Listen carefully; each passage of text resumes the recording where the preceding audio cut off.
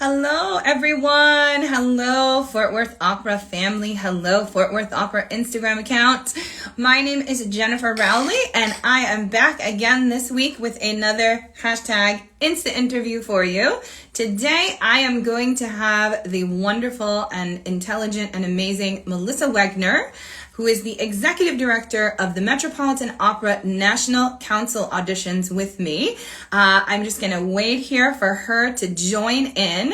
And as soon as we get her, we're going to talk to her about this year's competition. We're going to talk to her about being a singer and listening to singers as a singer does, and what she hears and what she looks for. So I'm really excited to get to talk to her today. Melissa and I met each other doing the National Council auditions. I was judging for the Detroit district, which is actually the district that I won when I was in the competition circuit.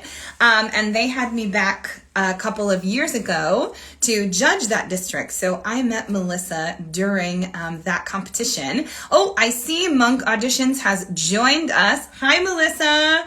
And request to join, view, and go with Melissa of the Metropolitan Opera National Council Auditions. She's going to pop up here really shortly, connecting. There she is! Hey!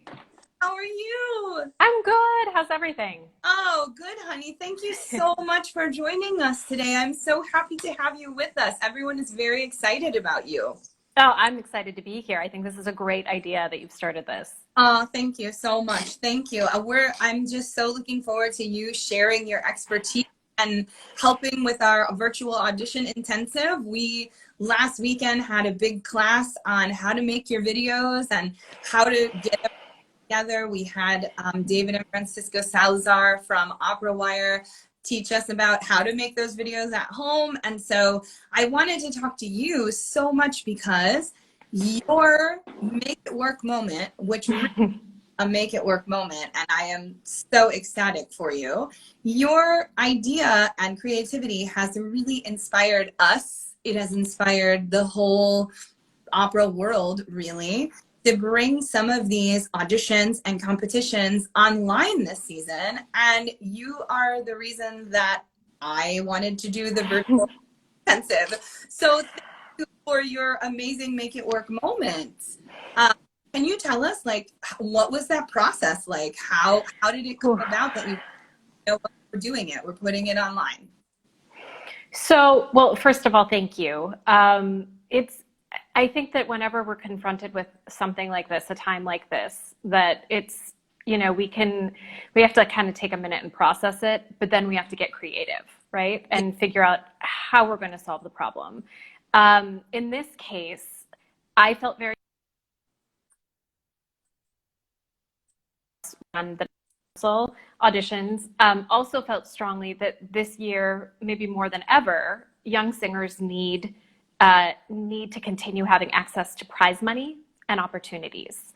Yeah. So for me, that has been my driving factor, is how can we responsibly run a competition this year, while making sure that up to the highest standards that are possible during this time, that we can make this happen and make that connection for singers. That's amazing. I think that's incredible. And it's true. I mean, they do need the prize money right now. They do need, keep their lessons. They need their coaches to be able to travel to audition when we're able to travel to auditions again. So thank you guys for making this possible for young singers to do. Tell us a little bit about how the competition is going to run this year, because I know everyone's really curious. I know you guys did a Q&A on Instagram, talking about just how it was going to, kind of plan out and how it was going to work. But can you talk to us a little bit about what are the rounds and what are we going to see each round as far as video versus Zoom versus live, not live, those kind of things? Yeah, absolutely.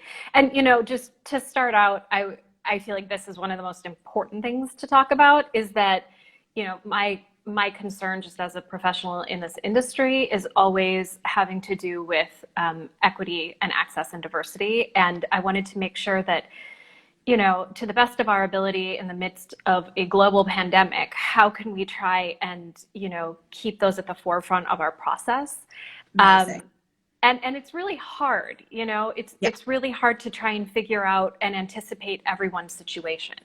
But it is our responsibility as, you know, the people who are running this competition and also the judges behind it, that we are trying to do our best to listen beyond the limits of technology, right? So we don't expect everyone to have the highest level of equipment, right? We don't expect people to be renting studios, and we're not scoring people better because they have a perfect backdrop behind them. You know, it's really, I know that's kind of a leap of faith for some singers to take and say like, well, you can say that, but how will we know that you're going to do that, right? And the thing is that for pretty much always what judges are doing is translating what they're hearing in one space and translating that for what their needs are, right? Absolutely. So we might be listening, when you and I judge together, we are listening at in a university in Michigan, right? And trying to picture, how is the singer going to sound in a bigger room? Right. How might they sound on the stage at the Met one day? So we're always translating what we're hearing and what we're observing, right? So that's one thing that I just, you know, need to kind of put out there. I also know that in some ways technology opens access to this that might not have been possible for someone else. Absolutely, definitely does. And, you know, again, does it mean getting a bit creative? Sure, you might have to borrow a phone to do your audition. You might need to go to someone's home to record a video that's quieter than yours. But these are things that, you know, again, I get that we're in a global pandemic. We're all just doing the best that we can. Absolutely. So without the burden of travel involved, I think that we have kind of taken that as a trade-off, that we might be able to hear, you know, different people than who normally would have auditioned. Who might not have been able to audition. Exactly, and commit to a whole weekend of travel. So that being said, a little bit about, you know, what we're doing in terms of the rounds. This year, normally we have 4 rounds of the competitions. We've got district, region, semifinals, and finals. And this year we've added a qualifying round. So that is pre-recorded video and recording video. Yeah, 1 to 2 videos, or 1 to 2 arias, I should say. You can have 2 arias on one video, or you could have just one.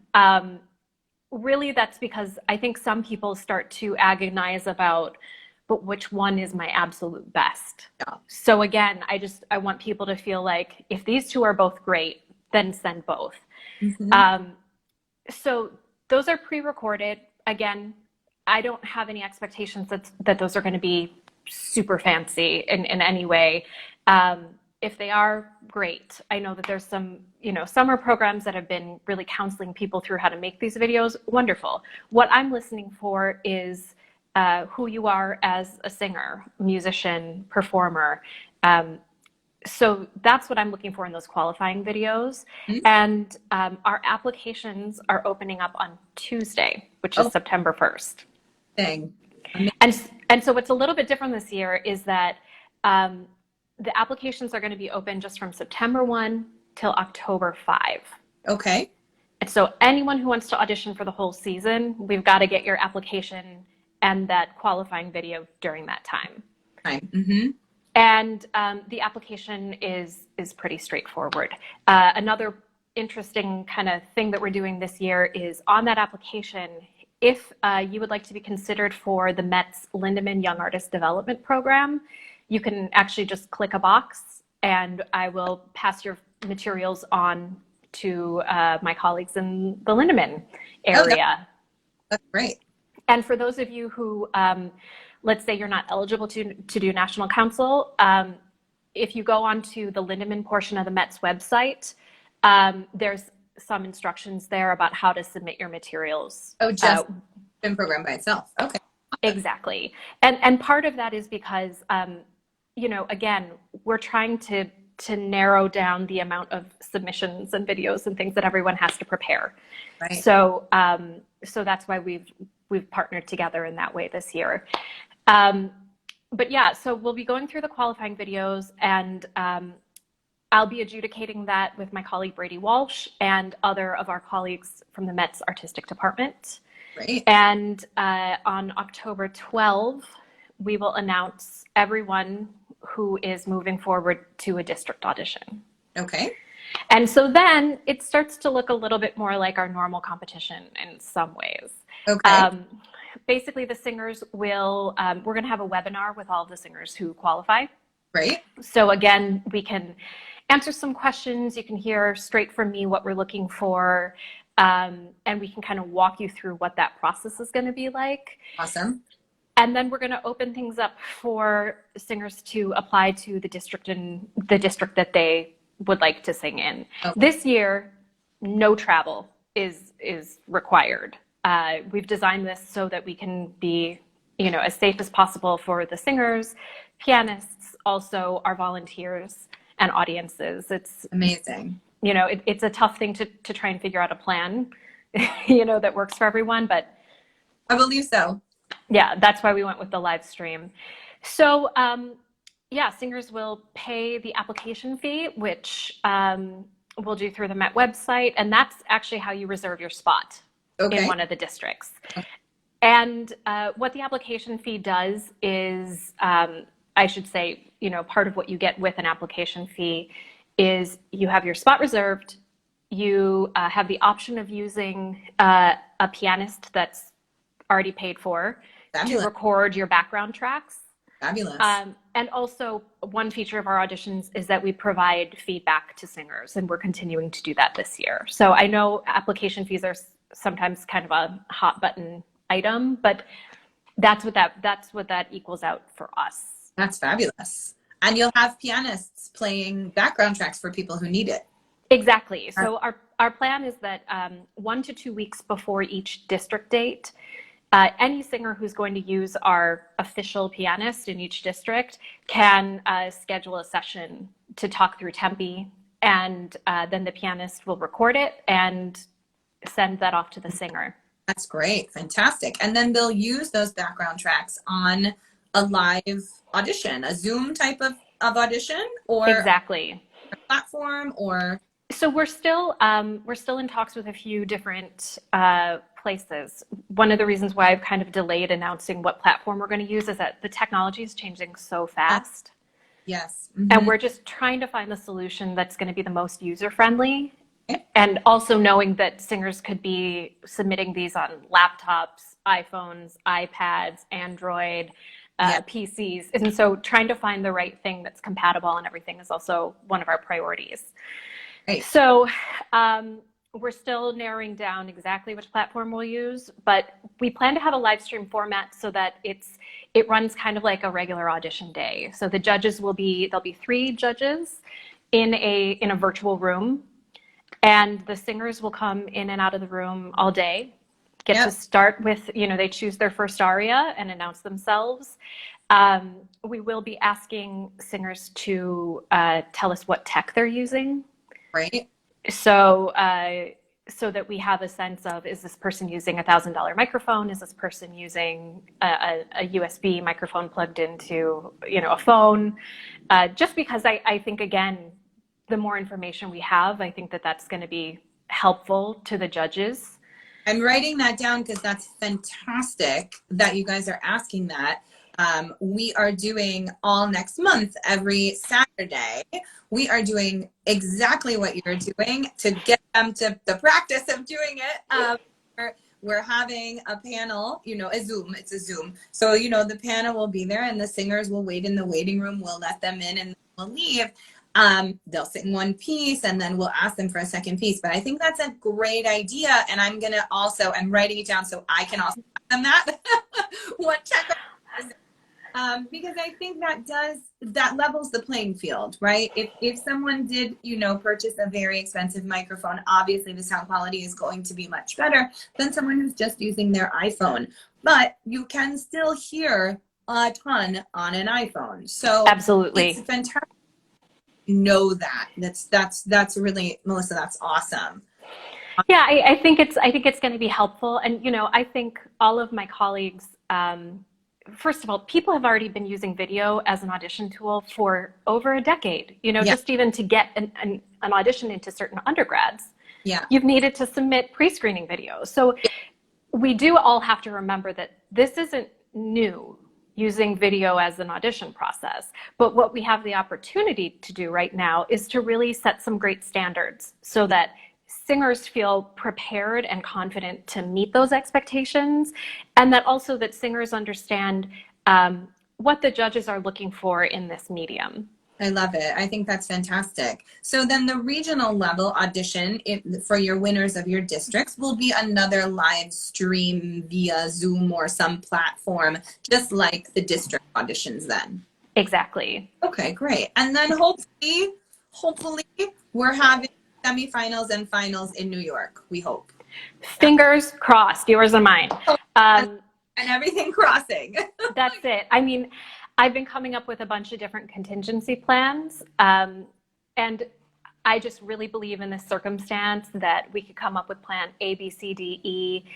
And by January, we're going to need, you know, F, G, H, I. By March, we're going to need, you know, it's just the planning keeps changing. So it's something that we're actively doing. And again, we get to be creative and we get to think, how can we best serve the singers? How can we best, you know, allow them to have this opportunity that's more public facing? Yeah. You know, I mean, for the first time this year, people could access our semifinals, perhaps on video, Yeah. which hasn't been done yet. And I know most competitions do, but that's a big step forward for us. And so we need to be prepared to meet that. That's awesome. Shanley wants to know, will singers be able to watch the district or regionals? Will you have a live stream online, maybe your Facebook page or something, where people could actually just watch the auditions? So this was something that I kind of wrestled with, and then I came to the conclusion in a certain way. So at the district level, they're going to be closed auditions, and that's for a couple of reasons. I think we are I think we're probably the biggest organization that's taking on live streamed auditions this year in kind of a public way. Yeah. So for that district level, that's kind of a new experience for a lot of singers, right? And because some of them might be transmitting this from their homes, I feel like it's a really vulnerable moment. And I want singers to be able to be as confident as they can. And knowing that someone could just click a link and watch this moment that's you know, a big deal in their lives. Yeah. I think at that district level, we're gonna, you know, that's the reason why I'm like, let's keep it a bit closed. The other reason is because in order to do some live stream recordings and kind of, if we were to archive it, we would need to pay for synchronization rights for all of the pieces that are performed, right? That's a lot. So, and we'd have to do it in advance. We'd have to do it for arias that aren't even performed that day, right? So for that reason, we decided to not do sort of like a live broadcast for the district with archives. What we will probably do is record them for archival purposes and perhaps release a couple of clips on social media that are, you know, 10, 15 seconds of each singer who won or something like that. Yeah. At the region level, that's a smaller pool of singers. And at that point, all of those singers will have already done a live stream round. So we are looking into the best way that we can live stream those. Oh, great. That would be fantastic. Fantastic. Great. So I want to just pivot a little bit and talk about you and how you got into your position as the executive director of the National Council Auditions. I know that you were a singer first, but not everybody knows that. You went to Bard College, you went to Manhattan School of Music, you went to the Crane School of Music at SUNY Potsdam, which I was there last year. I loved it. It was so fantastic. Great students. How did you sort of take your background as a singer and transition into administration where, you know, you kind of said, now I want to help singers. You know, I want to head up this competition where I can help these singers move forward in their career and get them some money and get them known and get them seen. How did you make that decision from world to the next? So for me, I've always been kind of split between left brain, right brain stuff, right? Some really, really analytical, like give me a spreadsheet and I'll, go to town. But I've also had this kind of other left brain creative side. And so when I went to undergrad at the Crane School of Music, I decided to double major in music business and vocal performance. Oh, wow. So I started myself on that path right away. And it's been great. I mean, for me, it was kind of just, I did that for my own edification because it fed both parts of who I am. Yeah. But I also knew that with singing, there's a little bit different momentum and inertia that comes into play. So I knew that in terms of the singing stuff, that I needed to follow that through first and see where that would take me. Yeah. And so that's what led me to Manhattan School of Music. And then that's also what led me to Bard College, where I was in the first class of their vocal arts program. Oh, wow.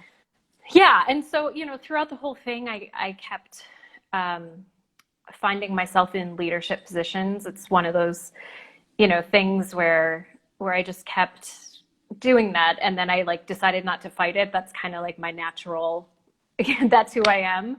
So I think through that kind of confidence in my leadership and really feeling like I had a good amount of coursework, but also a good amount of life skills, just through functioning in the industry, that I was able to put that together and freelance for a while. When I was finished with school, I was living in New York City. I was singing, I was auditioning, I was running super titles at New York City Opera, and I was assisting a lot of composers and musicians on kind of like managing their personal projects. Great.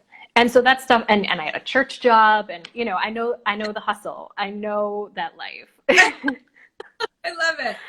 And it was I think that whole time was really important for where I'm at today, because I don't take for granted that, for instance, our $30 application fee, that's necessarily easy for someone to come up with, right? Because I know how much of a church service that I would have to sing back in the day to earn application fees for my auditions. I know and remember that really well. So that has played a huge part, I think, in where I'm at. Interestingly enough, also, I never did the National Council auditions. Oh, really? I didn't. And I think that also has helped me a bit in what I can tell singers, because for me, I felt like I never had my Arya package together that represented me well. Got it. And now looking back where I am now, I needed to dig a little deeper. Mm. I needed to sit down for 3 months and watch and listen to opera until I figured that out for myself. Yeah, that makes sense. Yeah. And also, how we can get to that place in our heads where we feel like, we have to do our best. Mm-hmm. But what we have to do is we have to do our best right now. Yeah. And our best is going to change. So my Arya package, when I'm 23 is going to represent me one way, then differently than when I'm 26. And that's okay. We're living, breathing humans and artists. So connecting to what you have to offer right now, and then being able to let that go and evaluate and say, what of this do I want to do again? And do I want to change the whole thing up? Yeah, absolutely. So when did you join the Met? When did you take that leap into the big house? So I was doing all that crazy New York City hustle stuff, working at City Opera, and my church job were kind of my two main things, like my anchor jobs. Yeah. The ones that I knew could cover my rent and my bills. Yeah. And it was the last year that City Opera was at Lincoln Center, and I could see the writing on the wall that situation was going to be, not as dependable as it had been in the past. Right. And around that same time, I had a colleague who had heard about a position opening up at the Met.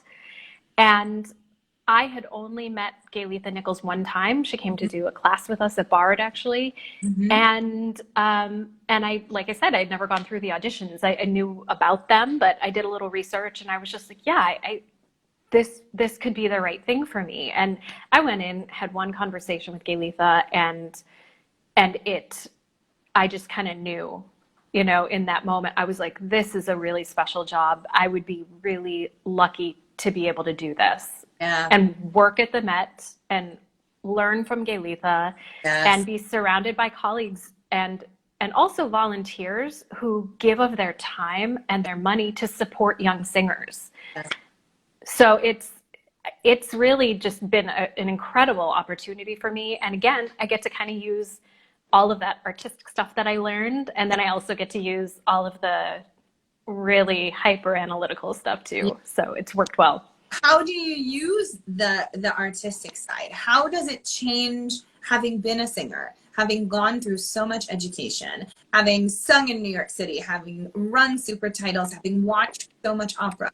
How does it change the way that you hear a singer who stands in front of you to sing an audition? Because I know it's different. I know for a singer, we are hearing different things. And how do you separate your two sides of your brain from the singer side and the business side when you're listening to someone in front of you?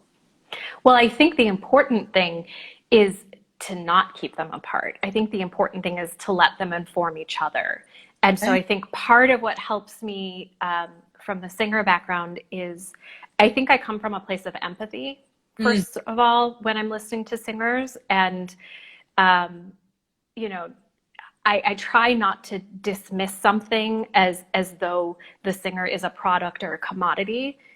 That's a human being who's in development, right? So I need to show up for them, understanding that, and that's something that I had some great mentors as a singer, and the ones who I responded to the most were the ones who did that for me. Yeah, for sure. And then the other thing is, I think it's really important for all artists, all musicians, all singers to really have a sense of purpose in what they're doing. Mm-hmm. If you look at yourself as a business or a company, you would want to have a mission statement for what you do, right? But for us, it's kind of like a personal sense of purpose of why am I doing this? Yeah. And that's something that, again, I know that every single person who's getting on that stage to sing, they had some experience in their life that moved them so much that they wanted to devote time, tons of money, and all of their hopes and dreams in that audition right then. Right. So I want them to know that I honor that. And I want them to be able to remember that, that's important. Yeah. That's important, figuring out what your why is, on why you're standing on that stage. So that's a little bit of what I think that helps with. But I also think, in terms of the two sides kind of coming together, people who are in administration have to be creative. Yeah. I mean, we're at a crux, I think, in the industry. We're certainly in the crux with the entire world and the issues that are happening right now. But I think that our way through is going to be through creative people. Absolutely. And some of those people will come up with creative solutions through technology and new algorithms. Some of those people will do it through their voice and connecting us to our emotions and to each other. But just remembering that creativity and whatever that source is, is something that all of us can draw from. Yeah. So I think that's something that's been able to help me find my way through administrative problems. Yeah. So when you're listening, does the singer brain turn on and the tongue this and the soft palate is doing this and her is the singer brain on, or do you take it off? For me, I am not a voice teacher. I have certain opinions on what has worked for me. Mm-hmm. But I am always thinking in terms of kind of, I take notes on every singer, and I'm taking technical notes, but when I'm giving that feedback back to singers, I try to be really mindful of the fact that I could say a word like forward that means something completely different than what their concept is. Yeah. I could say something like back. That means something very different. Even something like spread. If you ask 10 singers, what does the word spread mean to you? A spread vowel, or this note is spreading on top. We'll all have a little different nuance. So what I like to do is talk about what I'm hearing. So, and then I say, take that back to your teacher, listen back to your recording, and then you guys figure out, first of all, if you agree with what I'm hearing. Secondly, how you're going to technically solve that problem. And again, that's because I'm coming at this as an administrator, right? And there are some times where I will tell someone, I find that your ooh and your o vowel are flat in your middle voice. And I'll see someone look at me like, no, it's not. And okay, that's fine. I'm telling you what I heard in the back of the hall. Now, when the sound leaves your mouth, it's a little different than what I'm hearing. But literally what I'm there to do is let you know what I'm hearing and what I'm receiving from you in terms of like character energy and connection to the text and even just your comfort on stage. So again, I think that for me, that's been the way that I find a way forward as a judge. Yeah, I love that. When you are sitting in the chair and the person walks out that you go, this person could win this. What does that person have? What are the things that stand out to you that say this person sing at the stage, on the stage of the Met, and this person could win this competition? I think, first of all, they're in command of all of the repertoire they're presenting.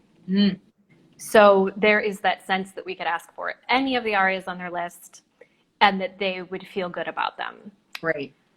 And when I say in command, I mean, I think that the purpose of vocal technique is for singers to do what they want, when they want, every time.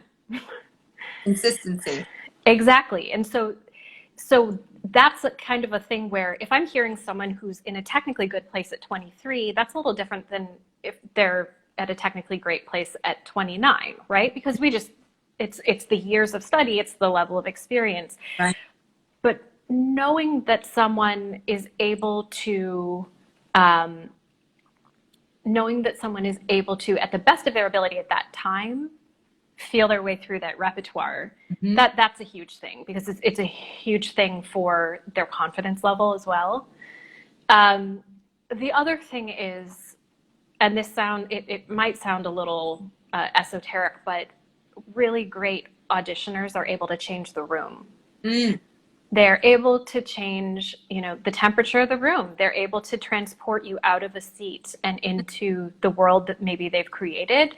Maybe they bring you back to a time where you've heard a great singer sing this aria before, and they make it their own, But that's it. It's they have that self-assured confidence in what they're doing.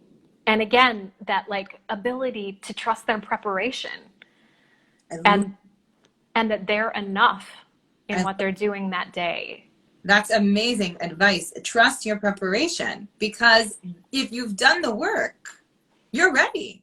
You're ready, as you said before, to do your best at that time, whether you be 23 or whether you be 29. If you trust in the preparation you gave to this, you're ready to go. I love that. Yeah. That's spectacular. Well, and that's what I love about what you're doing with this series, is that that to me is kind of the unknown quantity this year, is that singers need to prepare for these video auditions in a different way. And I think that there are more tools out there to help singers than we realize, and this certainly would be one of them, is getting to see the series with you. But we also have to remember we have to practice these differently. Yes. And I mean, I have learned this summer through doing so many classes and live things on Zoom and on YouTube Live, I have to prep for these differently than I would if I was going to do like a master class at a university. Yeah, completely. Right? Because for that, I'm traveling someplace, staying in a hotel. I'm going to have like a hotel breakfast, maybe go walk a little bit on that, hotel treadmill, gonna get picked up or drive over to some place, and then people will greet me and we'll talk about what we're going to do, and then we're going to do it. Right? Yeah. So there's this whole buildup. And for maybe the hour that we're going to talk. But then this year, all of a sudden, I can walk into a room, turn my phone on, and then I have to be on. Yes. And it's so much energy, isn't it? Right. It is. From get-go. You have to be on, ready to go, warmed up in your brain to accept what's coming towards you out the phone. And you're on immediately. Exactly. And also, it's like, you will still get nervous, but it's going to hit you at a different point. Yeah. It's like all of a sudden you're like, okay, I'm just talking to someone on my phone. I've done this a million times. And then you're like, oh, a bunch of people are seeing this. And then you like, the sweat starts, the clammy hands. I mean, people can't see it in the same way, but you feel it. And so as a singer, you're still going to have, that issue of getting your breath underneath you, and that issue of like, are the words going to go out the window because I got nervous halfway through. Right. So it's prepping all of that. And also the variables are different on tech. I mean, you might have had again, kind of a routine of what you would do before you went to your audition. Now you got to do a new routine. Yeah. Yeah. Yeah. And you never know when that Wi-Fi is cutting out, and you never and you never know when your dog comes in the room. The greatest thing happened on one of our great mezzo-soprano whose dog decided he wanted to join in the fun, and she was like, oh, excuse me, my dog is here, and she just like put him up on the chair and let him sit there and hang out. It was great. It was like she dealt with it so well and so easily, like it was no problem. But it was so funny. I mean, we have little brothers, little sisters running around, and to deal with all those variables. So it's, I think it's, and the reason we created this audition intensive was because, when you go to school and you're in a conservatory, there are classes, there is opera workshop. You get to practice your mock audition, right? And you get to blue in the face, right? When you do a young artist program, you get to do a Death by Arya, right? When you get there, you get to put your Arya in front of everybody, basically audition for everybody in the program, right? But there's no mock audition for Zoom. Right. So I'm so glad we could do this. First of all, I'll have time and whatever.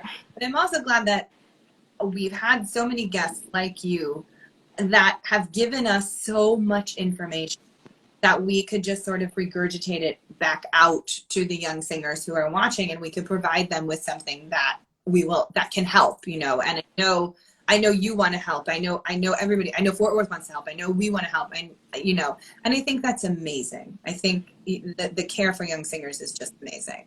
Yeah. And I also think, it's as difficult of a time as is, part of putting together this whole plan is because colleagues from around the entire industry, we spent this entire last 5 months talking regularly, and from academia, people who are coaches, people who are recently out of the singer world, and people who run companies of all sizes. We've all been talking, trying to figure this out.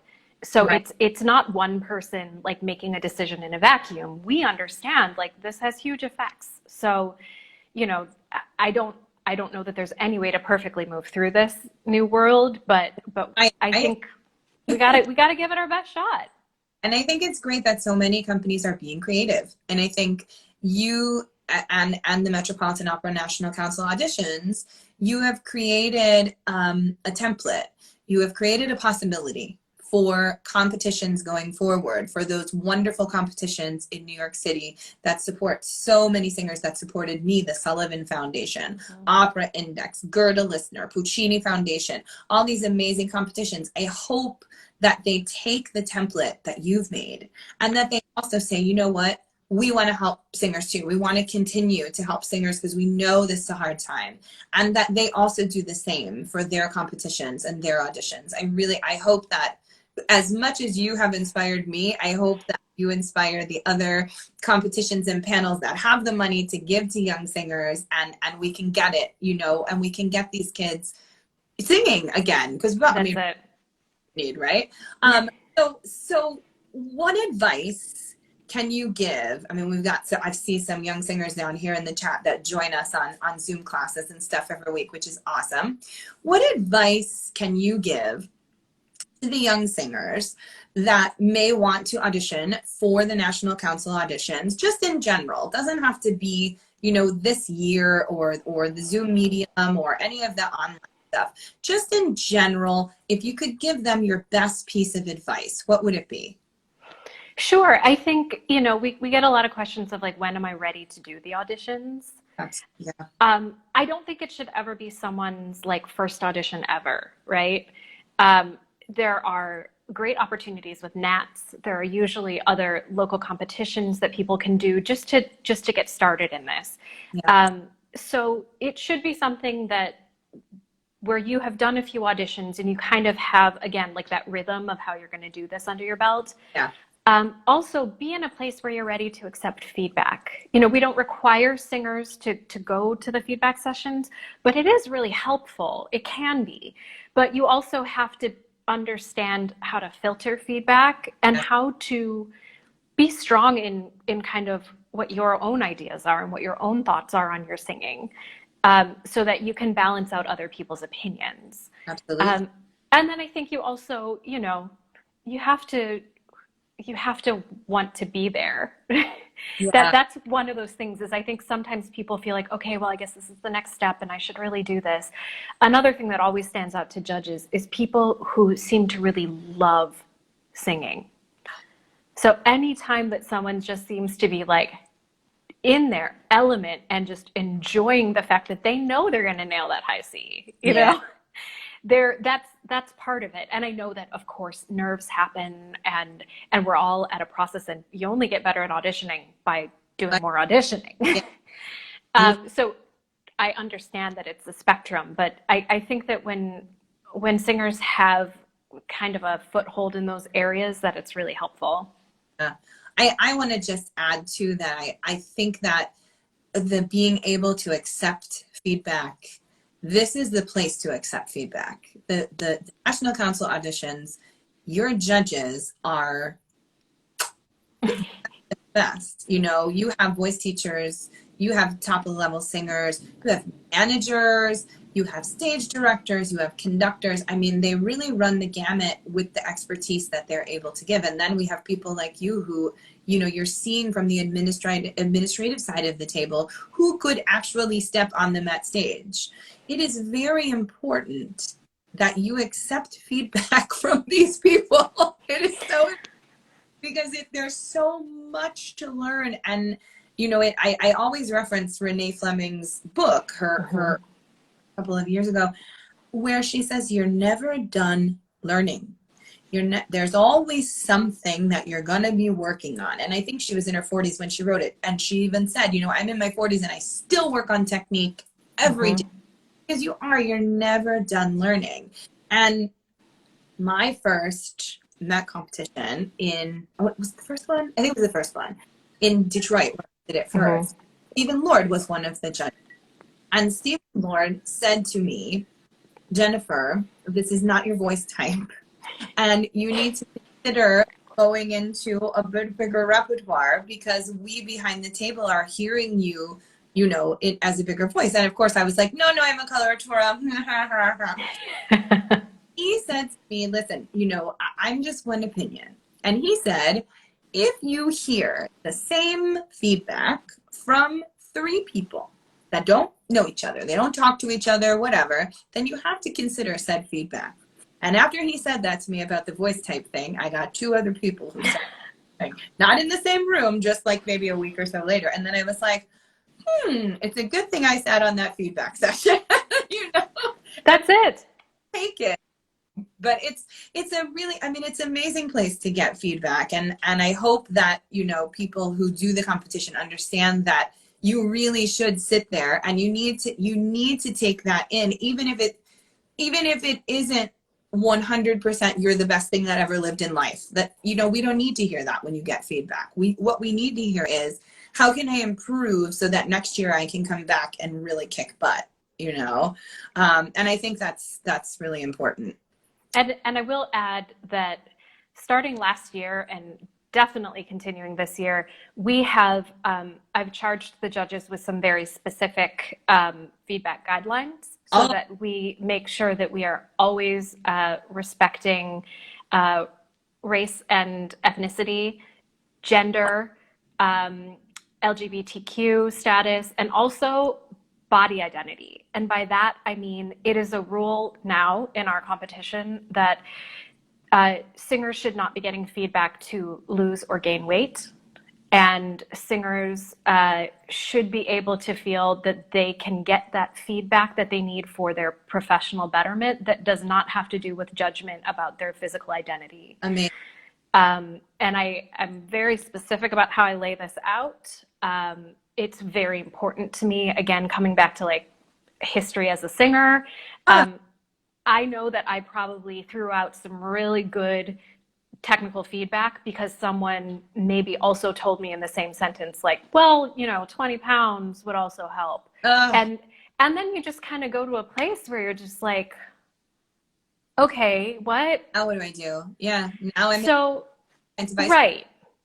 Yeah. Mm-hmm.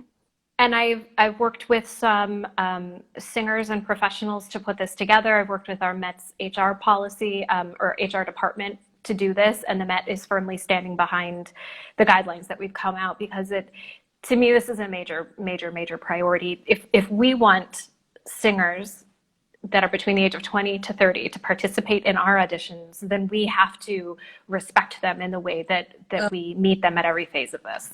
Thank you so much for doing that. I can't tell you how different my life has been. I've not heard the 20-pound comment. And sure, heard it at every level, all the time, you know, and again, when you're ready to accept feedback, you're ready to accept feedback. But when you're also ready to do something about weight or fitness or health or anything like that, that has to be your decision. And it can't. Right. Somebody said, oh, well, you could have a career if you lost 20 pounds. No. I don't know about anyone's health who's singing for me, right? I can't tell that from the Arya that they're singing, so how dare I comment on it? Yeah, I love it. I think, Melissa, I think that's amazing. I love the feedback guidelines. I think that is incredible. And I think it's so inclusive and it includes everyone. And I think it will make everyone feel like they can get up there and just sing and give their performance and put out the product that they want to give without being worried. Because I know like everyone else who stands up on that stage, in the back of your mind, do they like my dress? Do I not look enough? Is my hair okay? La, la, la, la, la, and it's back here. And those feedback guidelines can really take away some of that self-doubt. So I think that's amazing. Thank you. Absolutely. To another. So I'm going to open for some questions for you guys down there. And while we get some questions in the chat, I have to ask about Who Wants to Be a Millionaire? Melissa. Okay. I'm on the YouTube. I was like, I'm just going to look for like some classes that Melissa's done to see like if I want to talk about her master classes and this, that, and the other thing. And what pops up is Melissa Wegner on Who Wants to Be a Millionaire winning $50,000. That's it. That was amazing. Oh yeah. Well, how did that come about? Did you audition? Like how? I did. At the time, Millionaire filmed in New York, right across from Lincoln Center at the ABC studios. And I had a friend who had gone on and also won some money on the show and had said like, hey, you should just do it. And I kind of had like this, you know, the nervous thing of like, I can't go on there and like lose at $1,000. It'd be so embarrassing. Or like, you know, forget some basic music question, you know, like, oh my gosh, I can't do that. Then I graduated from, you know, getting my second master's and I was like, student loans. And, you know, necessity is the mother of invention. And I was like, I'm going to walk down the street and submit some stuff for this millionaire thing. And, you know, I went through an audition process and a testing process and they told me I would be a candidate. And then they called me and they were like, yeah, you're going to be on this date. And And there we go. But again, it's like I it was just one of those things where I was like creative problem solving. I'm like, I need to like get rid of some of these loans. I want to be able to like have an apartment with like a new couch instead of a Craigslist couch. So that's what I did, you know, and I had, believe it or not, already been audited by the IRS the previous year. So I knew in advance that I needed to save like a third of that money for taxes. Right. So yeah, I was able to kind of move through that whole process and it just be like a positive thing. Yeah. Oh my God, that's incredible. And I saw that you went back the second day to do a higher question. So smart. You were just like, oh, walking away. I'm out. I'm going home. That's it. Oh, so, oh my gosh, I can't. That was just amazing. Congrats. Thank you. And I will also say it's one of those things, you know, we all have to take leaps of faith in our life. And some of the auditions that the singers are going to take this year will be leaps of faith, and other ones will be kind of, you know, things that you feel more confident in. But within what you can handle for yourself, do it. Take some calculated risks every now and then. Can I ask you a question from Luis Briones Base, who says, what do you recommend for singers 32 and older to have opportunities like these kinds of auditions? Now, I know that the Met competition has actually upped the age limit for next season. Is that right? That's right. Right. So we have specific birth dates, but they run between the ages of 20 and 30 through specific range. So always double check our eligibility before you do stuff. But next year, provided that we're back in a live setting, we're going to extend up for an additional year, because I know that some people will feel like they weren't best represented on video, or that they couldn't get on board with this format this year. Yeah. So we wanted to create that extra year of eligibility. For people who are over 32, what I would recommend is a couple of different things. There are competitions that don't have age limits. There are. So get on Yap Tracker and do those filters of what seems like the right thing. Also, though, when you're over 32, you got to be a bit more strategic about your opportunities. So you don't want to apply to just everything you're eligible for. I think what you have to do is figure out really specifically, what do I need right now? What do I need to be doing to get to where I want to go? Mm-hmm. And get your team of teachers, coaches, advisors, you know, it might be 3 people, might be 7 people, but people who you really trust, who can kind of build in a program for you. Because again, I know a lot of young artist programs, like that would be over kind of the cap of what some of them are looking for. So you have to do that work of building your own program. And in terms of competitions, what do competitions do? They get you to sing in front of industry professionals and get prize money. So if you're over 32, look at how you can get paid to sing. Mm-hmm. You know, how you can get even just gigs that are giving you some basic experience, but making money. You know, that's what competitions do. They're giving you money. And then the next thing is to get yourself to be singing auditions in front of professionals who might be able to get you to the next level. Right. So those things are possible without competitions. Definitely. What's most important is that you're investing in yourself and you're investing in what you have to offer the industry. Absolutely. Absolutely. Gina wants to know any advice about pre-recorded accompaniment, especially for bel canto and arias that have cadenza. So this is a tricky thing. I am always going to err on the side of, I want to see someone who's musically in the moment. Mm-hmm. And being an artist, as opposed to being exactly with the accompaniment. But I also get that the bel canto stuff is tricky. So what I would do is, you might have to work with a pianist a couple of times to figure out what that tempo is that you want, but then nail down that track. And what we've done is we've said 1 to 2 weeks before the audition is kind of what we're looking at as the window of when the singers should be getting those tracks, because you don't want to have a pianist re-record something the day before, because you want to actually have a full week to work with it. Yes, for sure. And also, let me just say, like, of course we want you to be able to sing these super phrases, you know, but it's okay to breathe, you know, like, again, this is a different kind of situation than we would normally be in. I would rather hear you finish out a phrase strong and have to take a catch breath than have you try and match the tempo that maybe is not working for you anymore and just end on a whisper. Yeah. We've all been there. How would you feel about, now I saw somebody do this a couple of weeks ago. How would you feel about if it is a cadenza kind of thing? Just reaching over on a side table, push and pause, singing cadenza, and then reaching over, push and pause again, and going on. How would you feel about that?